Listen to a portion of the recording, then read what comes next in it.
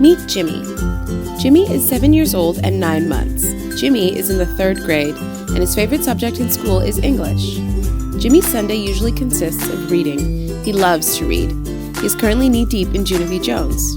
Now, meet Susan. Susan is 8 years old and in the 3rd grade as well. Susan's favorite subject in school is art. She loves it almost as much as she loves her iPad. She is one of the 52% of kids under the age of 8 that has access to an iPad. Her mom just bought her one. If you were to ask Susan what her iPad was, she'd tell you that it's just a bigger version of her mom's iPhone. It allows her to watch Dora the Explorer, the Disney Channel, and read Junie B. Jones all when she wants. And she can also play some games. She could do it all with her fingers, and that's one of the reasons that she loves it. Susan loves using her iPad at school. It's a new creative style of learning that engages Susan and her friends. Her teachers no longer rely on traditional teaching methods like using textbooks or learning toys like cubes, flashcards, and markers. And she can carry her iPad instead of just all of her books. And this is what her teacher calls portability, and it's convenient. Susan can learn using apps like thinking block multiplication as a creative way to improve her math skills, and she can even communicate with her teachers to ask questions or receive any homework she might have missed on days that she was sick. Many of Susan's friends' parents, however, wonder if having iPads in the classroom is natural for kids to use nowadays, or if it is a distraction for kids to be exposed to so much technology.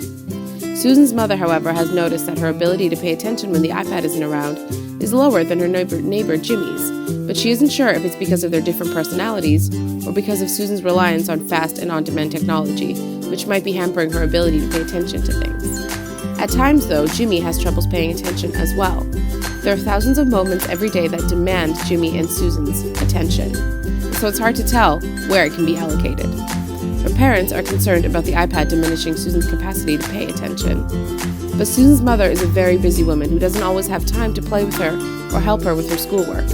So when Susan asked for an iPad, her mom thought it might be an educational and important device for Susan to own. Jimmy's math homework today is complex subtraction, and he needs to work it out all by hand to make sure that he gets a full understanding of his work.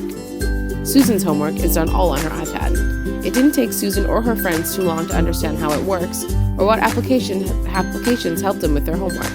The ways in which her friends and her use the iPad have become habitualized. What can we say is Jimmy and Susan's greatest asset at the age of 8? Most would argue that kids' imaginations and creativity are perhaps their most endearing quality, and helps them look at the world in a way different from adults. Susan and Jimmy are both creative, but in different ways. If you ask Susan to draw something for you on Paint or edit a picture using a photo application, she could easily blow you away. Jimmy's creativity, however, comes in his love of books and writing. Some parents asked Susan's mother whether being constantly plugged into the iPad couldn't have a negative effect on the girl's imagination. It's true.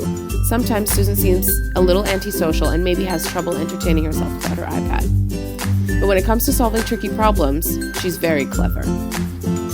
Both Susan and Jimmy enjoy playing chess, and while they both learned it well and are both equally good, they would most likely never play together, as Jimmy likes the board with wooden physical figures and Susan favors the ever-present algorithm of the iPad as a contestant. As it would be, Jimmy and Susan happen to have the same favorite book, The Jungle Book. Before school starts on Monday, both kids like to read before they go to sleep. Susan reads an ebook on her iPad. Her reading, however, is often interrupted by various notifications from her other apps. Her parents wonder if Susan's exposure to the bright screen before bed, alongside the hours of the day that she spends on her iPad, hampers her ability to fall asleep. So far, there hasn't been any regular sleeping problems for Susan, but sometimes it can take her longer to fall asleep. Jimmy, however, reads the old-fashioned way. His copy of The Jungle Book has been with him since he learned to read, and it helps him fall asleep at night. By 9 p.m., for Jimmy at least, both kids have concluded yet another day of learning, creating, and playing in their own unique ways.